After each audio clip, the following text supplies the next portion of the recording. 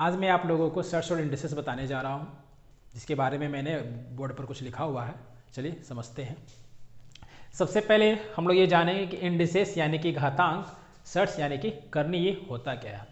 तो आप देखे होंगे कि कोई संख्या रहता है जिसके ऊपर कोई संख्या लिखा होता है, किसी संख्या के ऊपर कोई संख्या लिखा रहता है। तो ये जो संख्या a है, जैसे कि a to the power n है, तो यहाँ पर a जो है इसको हम लोग कहते हैं बेस, और ऊपर जो n लिखा हो इसको हम लोग कहते हैं पावर, और इसको कंबाइंड रूप से हम लोग क्या कहते हैं, घातांक कहते हैं, यानी कि इंडिसेस कहते हैं। ठीक है, a to the power n इसको रीड करते हैं, जहाँ पर a है आधार यानी कि बेस और n है पावर यानी कि घात, और इसको कंबाइंड रूप से हम लोग क्या कहते हैं, इंडिसेस कहते हैं। एग्जाम्पल में हम लिखे हैं 10 टू द पावर 2, 10 का घात 2, ये हुआ आपका घातांक, जहां पर 2 क्या है, पावर है यानी कि घात है, और 10 क्या है, आधार है। उसी तरह से यहाँ पे 7 का घात 3 और ये 8 का घात 4। ठीक है, अब अगर हम लोग करनी यानी कि सर्च का बात करें तो देखिएगा ए के ऊपर इस तरह का साइन बना हुआ रहेगा, जिसको हम लोग स्क्वायर रूट पढ़ते हैं, और यहाँ पर n लिखा हुआ रहेगा। तो इस तरह का जो भी नंबर आपको दिखता है वो समझ जाइए क्या है, वो करनी है या सर्च, जिसको इंग्लिश में कहते हैं। जैसे एग्जाम्पल है √3, इसको हम लोग क्या रीड करेंगे, √3, इसको रीड करेंगे क्यूब रूट ऑफ 5, ये क्या हुआ, ये इंडिसेस हुआ। तो इसको हम करनी नहीं बोल सकते। क्यों नहीं बोल सकते? क्योंकि हम 81 का करनी अगर हम देते हैं तो इसको हम 3 लिख सकते हैं, इसलिए ये करनी नहीं कहलाएगा। करनी उसी को कहेंगे जिसको हम इससे बाहर निकाल नहीं पाएंगे, यहाँ पर हम इसको बाहर निकाल ले रहे हो। उसी तरह से 27 का रूट कितना है, 3 है, इसमें से हम इसको सोल्व करके 3 लिखते हैं, तो ये भी आपका करने का एग्जाम्पल नहीं है। करने का एग्जाम्पल ये है जिसको हम बाहर नहीं निकाल सकते, जैसा है वैसा ही लिखेंगे। तो ये हो गया आपका सर्च और ये हो गया आपका इंडिसेस। अब हम इंडिसेस का कुछ रूल्स लिखे हुए हैं, जिसको आप लोग देखिए। पहला रूल क्या है? पहला रूल है कि अगर हम a को n टाइम्स यानी कि n बार गुना करते हैं तो इसको हम लिख सकते हैं a to the power n।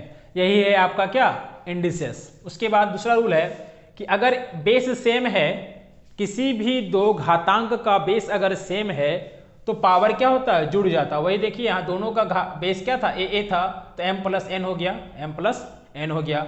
उसी तरह से अगर घातांक का बेस सेम है और उसको हम डिवाइड कर रहे हैं तो पावर क्या होता है, माइनस होता है। तो a to the power m upon a to the power n को हम लिखेंगे a to the power m minus n।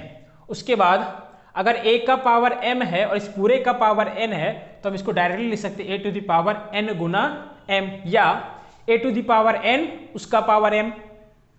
तो ये दोनों चीज का वैल्यू क्या हो गया, a to the power mn हो गया।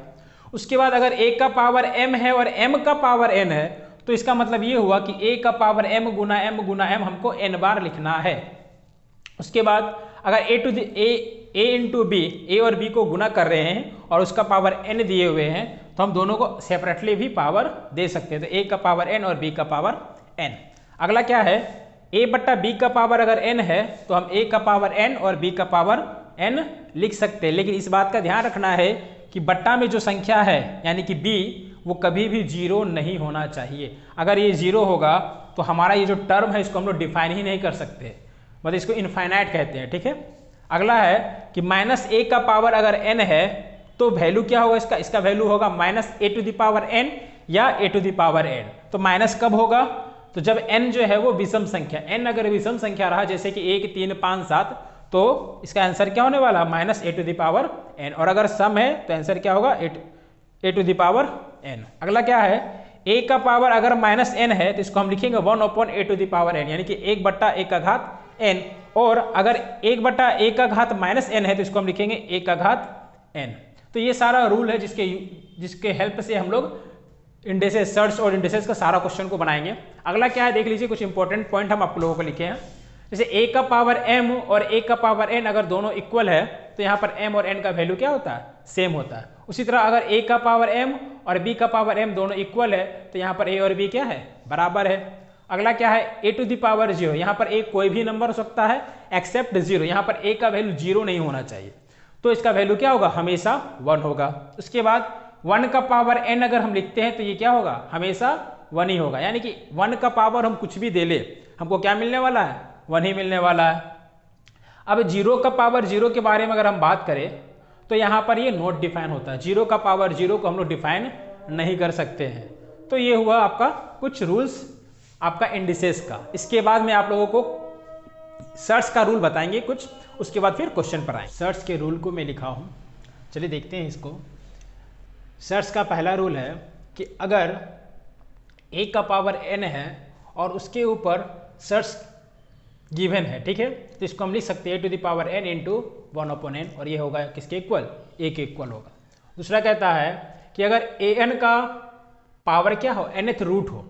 इस सर्च को हम लोग क्या पढ़ते हैं, रूट्स पढ़ते हैं, चूंकि यहाँ पर n लिखा हो तो इसको क्या पढ़ेंगे, nth रूट। अगर a इंटू बी का nth रूट गिवन है तो इसको हम लिख सकते हैं nth root of a into nth root of b।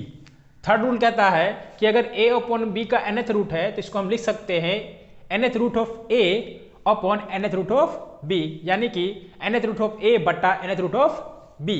उसी तरह से अगला यहाँ पे क्या लिखा हुआ है, nth रूट ऑफ a और उसका mth रूट ऑफ, मतलब इसको क्या रीड करेंगे, mth root of nth root of a। तो इसको हम लोग क्या लिख सकते हैं, m into nth root of a। अगला क्या है, a to the power m का अगर nth रूट गिवन है तो हम इसको लिख सकते हैं a to the power n upon n।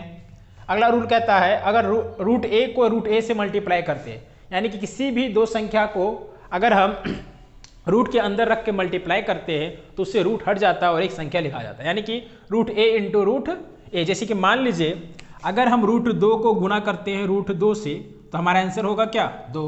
अगर रूट 7 को गुना करते हैं रूट 7 से तो हमारा आंसर होगा क्या, 7, ठीक है। अगला कहता है कि अगर रूट a को रूट b से मल्टीप्लाई करते हैं तो ये दोनों a और b क्या होगा, मल्टीप्लाई हो जाएगा और इसके ऊपर स्क्वायर रूट आ जाएगा। अगला क्या है, a स्क्वायर और b का अगर रूट है, a स्क्वायर और b के ऊपर अगर रूट है तो एक, चूंकि a का स्क्वायर हो गया तो a यहाँ से बाहर निकल जाएगा और रूट b हो जाएगा। आगे a square under root a plus under root b का होल स्क्वायर जो होता है वो इक्वल होता है a plus b plus 2 into a plus b plus 2 into under root A B. और उसके बाद under root a minus under root b का स्क्वायर होता है a plus b minus 2 root A B. उसके बाद root a plus root b को अगर हम मल्टीप्लाई करते हैं root a minus root b से तो हमको क्या मिलता है, a माइनस b। तो ये सारा आपका सर्च का रूल है जिसके हेल्प से सर्च के सारे क्वेश्चन को हम लोग सोल्व करेंगे।